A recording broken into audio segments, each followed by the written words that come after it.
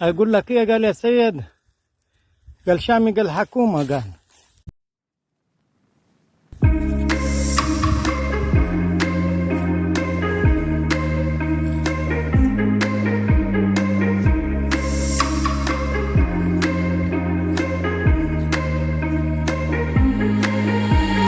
يا سامي، ايه الاخبار؟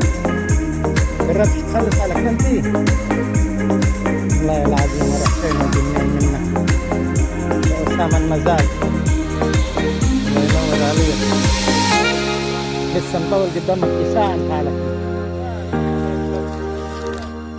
ماشي.